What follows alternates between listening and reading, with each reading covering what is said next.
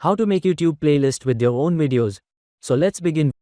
First, to create a YouTube playlist, you need to sign into your YouTube account and click YouTube Studio tab to enter YouTube Studio screen.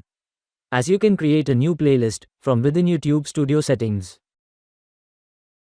And next, you need to click Create button in the top right of the YouTube Studio. And again click New Playlist, which will bring you to this pop-up window. In this pop-up window, you can enter all the information about the new playlist.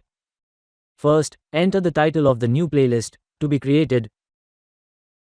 Next, add a brief description of the new playlist. And below, select the visibility of the video playlist. Public, where the playlist will be visible to everyone. Or with private option, the new playlist can be viewed only when logged into your YouTube channel. And with unlisted, only those who have the playlist link can view it.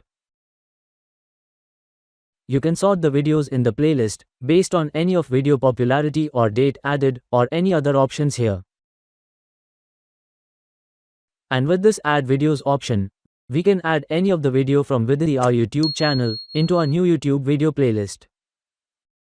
And finally, you need to click the create button to make a YouTube video playlist.